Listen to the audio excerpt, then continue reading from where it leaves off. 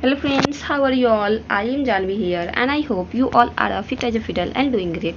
So in our today's second chapter of the Atomic Habit, we are going to discuss about our layers of a behavior change. We will see that what are the layers on which we have to work and which is the important one. So we can see here that there are a figure. Outer layer is about the outcomes and middle layer is about process and central is about identity. So most of us uh, make a change in the outcome base, and there are only some people who work on the identity base, but this is the important one. Okay, so there are three layers of the behavior change: a change in your outcomes, a change in your process, or change in your identity. Okay, now we are going to discuss about the first one. The first layer is changing your outcomes. Okay, this level is concerned with a changing your result: losing weight, publishing a book, winning a championship. Most of goals you set are associated with the level of change. Okay, so in this layer we work on we want to make a change, but our in our mind there is a outcomes about result, that what we will get. Okay, and in the second one, the second layer is changing your process. Okay, so this level is concerned with changing your habit and system, implementing a new routine at a gym, developing your decks for better workflow, developing a meditation practice. Most of the habit you build are associated with this level. Okay, so when we make a changes in our life, so that is called process based change. Okay, so this is a better than outcomes one. Okay, and third one is the deepest layer is changing your identity. Okay, this level is concerned with changing your beliefs, your worldview, your self-image, your judgment about yourself and others. Most of the beliefs, assumptions and biases you hold are associated with this level. Okay, so our identity and what is the image for ourselves and for others, so that is our identity. Okay, outcomes are about what you get, process are about what you do, and identity is about what you believe. Okay, so whenever we believe that okay, suppose take an example of that you want to read a book. Okay, so for reading book I always say that you have to read one chapter and you have to make a habit. So if you are reading a one chapter, it means you are making a change in process, and after that you will get outcomes.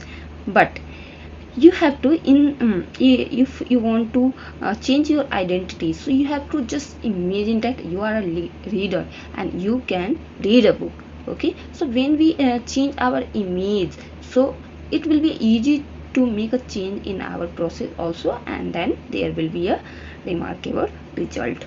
Okay, so that is our belief. When it comes to building habits that last, when it comes to building a system of 1% improvement, the problem is not that one level is better or worse than other. All levels of change are useful in their own way. The problem is the direction of change. Okay, so we want to make a change, so whenever we make a change in the process base, in the identity base and in the outcomes base, there is no harm that where we are making a change, but we are making a change in the wrong direction, that is a problem. Okay, many people begin the process of changing their habit by focusing on what they want to achieve. They leads us to outcome based habit. Okay, you have also seen and realized that whenever we work, so in our mind that always in our mind there is always that what we want to achieve. Okay, so that is outcome based our changes. Okay, the alternative is to build identity based a habit. With the approach, we start by focusing on who we wish to become. So here like if we want to continuous working on that thing, so we need to work on identity base. Like rather than working on your outcome base, we have to work on our identity base, that what we want to become. Once we decided what we want to become, so then it will be easy to work on on process and outcome based. There is a two types of figure. We can see that outcome based habit means outside to inside. Okay, first we keep in our mind outcomes, then we work on process, then we think about the identity. But we have to work on the identity based the habit. It means we have to work on identity. First we need to imagine ourselves that what we want to become and how we want to see ourselves. Okay, then if we will decide once this thing, then we will work on our process, and then there will be a outcomes. With outcomes based habit, the focus is on what you want to achieve. Okay, as I said, with identity based habit, the focus is on who you wish to become. Okay, imagine two people resisting a cigarette. Okay, when offered a smoke, the first person say, "No thanks, I am trying to quit." It sounds like a reasonable response, but this person still believes they are a smoker who is trying to be something else. They are hoping their behavior will change while carrying around the same belief. So, okay, so if there is any person and who is trying to do, so we always say that I am trying to do, but it's so that your identity is still the oldest one. Okay, whatever you were earlier, your identity is still that. So rather than that you have to change your identity. Okay, and in the second person we will see the result. We can see that how we have to do. The second person declines by saying, "No thanks, I am not a smoker." Okay, could you can you see the change that I am trying to be a not a smoker. Okay, and second person is saying, "No, I am not a smoker." It means at the any cost I am not going to take the and I am not going to smoke. Okay, so it is a small difference, but this statement signals a shift in identity. Smoking was part of their former life, not their current one. They no longer identify as someone who smokes. Most people don't even consider identity change when they set out to improve. They just think, "I want to be skinny. This is outcomes, and if I stick to this diet, then I will be skinny." Okay, so this is a process. They set goal and determine the action they should take to achieve those goals without considering the belief that drive their action. They never shift the way they look at themselves, and they don't realize that their old identity can sabotage their new plan for change. Okay, so we work on two things, process and outcomes. Okay, that what we want to achieve, and for that what we have to do. But we have to work, we have to imagine, and we have to change our identity also, because that is also important. Behind every system of action are system of belief. The system of a democracy is founded on belief like freedom, majority rule, and social equality. The system of the dictatorship has a very different set of belief like absolute authority and strict obedience. You can imagine many ways to try to get more people to vote in a democracy, but such behavior change would never get off the ground in the dictatorship. That's not the identity of system. Voting is a behavior that is impossible under a certain set of beliefs. Okay, so if we want a freedom and majority rule, so we need a democracy. Okay, first we have to uh, make a change in the identity. If there will be a democracy, then we will get all these things. Okay, otherwise if there will be a dictatorship, so we have identity dictatorship, so anyhow we are not going to get a freedom. There will be like a strict rule, and we have to just obedient that rules like those things. Okay, a similar pattern exists whether we are discussing individual organization or societies. There are a set of beliefs and assumptions that shape the system and identity behind the habit behavior that just a second.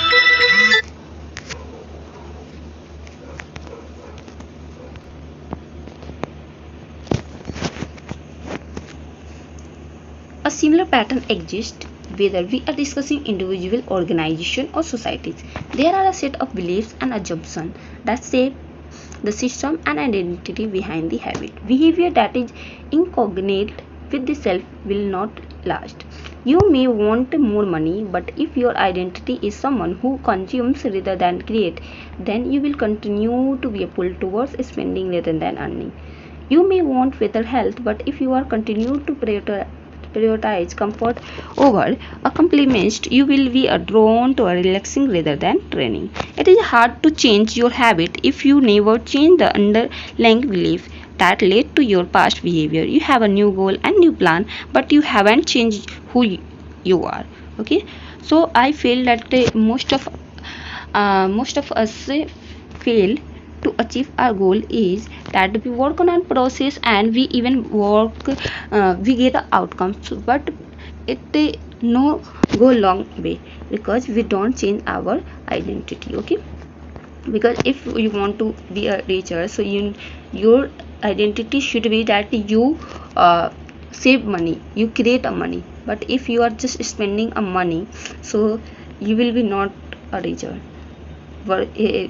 You can work on the process that you are doing hard work, even you are not going to be a rich. Okay, the story of the brain clerk, an entrepreneur from the Boulder, Colorado, provides a good example. For as long as I can remember, I have chewed my fingernails, clerk told me. It started as a nervous habit when I was young and then morphed into an undesirable grooming ritual. One day I resolved to stop chewing my nail until they grew out of it. Through mindful willpower alone, I managed to do it. Okay, so there is an example of a villain clerk who was the habit of the chewing nails. So he decided to not chew nails until it's grow little bit. Okay, so it take a lot of willpower, but he was managed to do that. Okay, now we will see next. The clerk did something surprising. I asked my wife to schedule my first ever manicure. He said, my thought was that if I started paying to maintain my nails, I would not chew them. And it worked, but not for the monetary reason. What happened was the manicure made my finger look really nice for first time. The manicurist even said that other than the chewing, I had really healthy, attractive nails. Suddenly, I was proud of my fingernails, and even through that something I had never aspired to. It made all the difference. I have never chewed my nails since, not even a single close call, and it is because I now take pride in a properly caring of them. Okay, so what he did, he asked her wife to manicure his nail. Okay, and for that he had to pay. So after that, but it was not reason that he was, after that he didn't chew nail because he had spent the money. Reason behind that was that he now after the getting a manicure, his nails got like attractive, healthy, and all his friend might be appreciate. So he was getting a pride, and now he don't he has changed the identity. So if he will chewing the nails, so he will lose that pride. Okay, so that was the reason that after that he never chewed the nails. Okay, the ultimate form of the intrinsic motivation is when a habit becomes part of your identity. It is one thing to say, I am the type of person who wants this. It is something very different to say, I am the type of person who is this. Okay, so you have always heard, might be, that if you want to become something, so we cut the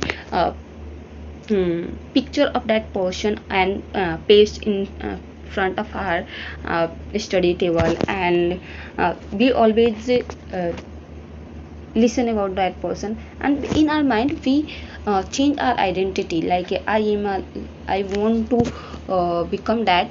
So before becoming that, they start feeling like that person, they walk like that, they talk like that person, and even in their behavior they do everything as they want to become. So before becoming that person is doing all those things, so it is easy to change the identity. Now he has changed the identity, he or she has changed the identity, so after that they have to just work on the process and they will get the outcomes. Okay, the more pride you have in a particular aspect of your identity, the more motivated you will be to maintain the habit associated with it. If you are proud of your hair looks, you will develop all sorts of habits to care for and maintain it. If you are proud of size of your biceps, you will make sure you never skip an upper body workout. If you are proud of the scarves you will be more likely to spend hours knitting each week. Once your pride get involved, you will fight tooth and nail to maintain your habit. Okay, so that's why changing identity is important. True behavior change is identity change. You might start a habit because of the motivation, but the only reason you will stick with one is that it becomes part of your identity. Anyone can convince themselves to visit the gym or eat healthy once or twice, but if you don't shift the belief behind the behavior, then it is hard to stick with long term change. Improvement are only temporary until they become part of who you are. Okay, so making changes is not that much difficult. Like most of the boys start gym in the Jan 1st to 15 Jan, they do a regular, but after that they haven't, if they don't change their identity, so they just skip it. Okay, so you can this is a data, so you can see. Okay, because anyone can motivate, can be a motivate and feel that I should also do, but it is important to change your identity. The goal is not to read a book, the goal is to become a reader. Okay, like we want to develop a habit of reading books. So why we want to develop a habit of reading book? Because we want to become a reader, we want to become a good reader that we can read on the daily basis. Because if you want to leader, so you need to become a reader. Okay, the goal is not to run a marathon, the goal is to become a runner. The goal is not to learn an instrument, the goal is to become a musician. Your behavior are usually a reflection of your identity. What you do is a indication of the type of person you believe that you are, either concisely or non-concisely. Research has shown that once a person believes in a particular aspect of their identity, they are more likely to act in the alignment with that belief. For example, people who identified as being a voter were more likely to vote than those who simply claimed voting was an action they wanted to perform. Similarly, the person who incorporates exercise into their identity doesn't have to convince themselves to train. Doing the right things is easy. After all, when your behavior and your identity are fully aligned, you are no longer pursuing behavior change, you are simply acting like the type of person you already believe yourself to be. Okay, so it will be a little difficult if you are just working, you are making a change in your behavior, but just imagine that I am that person, so now it is your compulsion that whatever that person is doing, so you have to do. Okay, so your belief should be strong. Like all aspect of habit formation, this too is a double-edged sword. When working for you, identity change can be powerful force for self-improvement. When working against you, through identity change can be a curse. Once you have adopted an identity, it can be easy to let your elegance to it impact your ability to change. Many people walk through life in a cognitive slumber, blindly following the norms attached to their identity.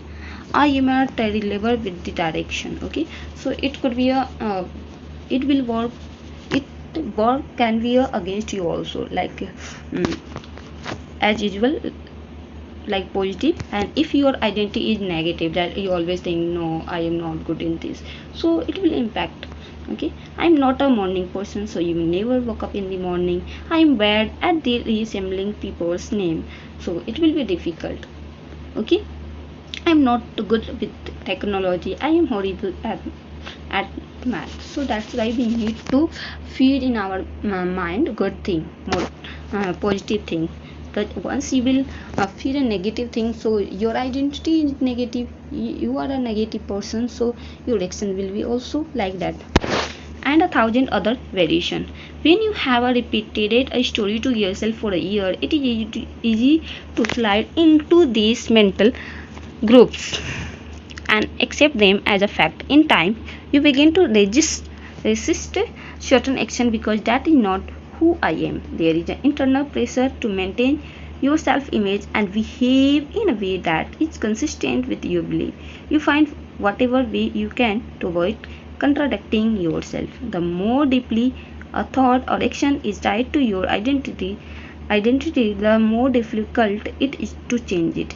It can feel comfortable to believe what your culture believes, group identity, or to do what upholds your self-image, person identity, even if it is wrong. The biggest barrier to positive change at any level, individual, team, society, is identity conflict. Good habit can make rational sense, but if they conflict with your identity, you will fail to put them into action. Okay.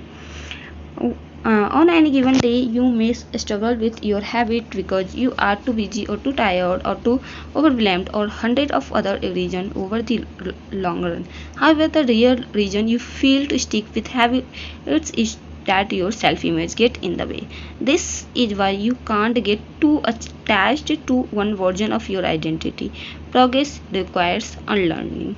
Becoming the best version of yourself requires you to continuously edit your beliefs and to upgrade and expand your identity. Okay, so now there is one of the important point that if you want to change and you want to get us progress in your life, so if you stick with your own identity and you are not ready to change in your identity, so you will work on only those things. So we need to be flexible, because if we need to be unlearning. If you once you have learned something, so then second time and in future you need to be unlearn those things also, because if you will not unlearn, so you will not change. And progress require unlearn older thing and learn new thing, and even the relearn something new.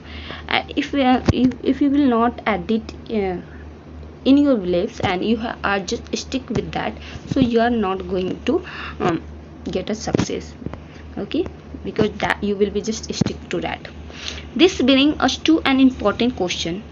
If your belief and worldview play such an important role in your behavior, where do they come from in the first place? How exactly is your identity formed, and how can you emphasize new aspects of your identity that serve you and gradually erase the pieces that hinder you? Okay, so now after this all, there is so many questions might you have, that how to change that and from where it's come, and how we can if there is something bad, so how we can erase that image. So there is so many questions which we are going to discuss in the next video. Okay, so for today I think it's enough, otherwise video will be long and you will not get interested to watch that. So we are going to say tata, bye bye, have a good day and enjoy your day. And for getting of this answer of question, you need to watch tomorrow video.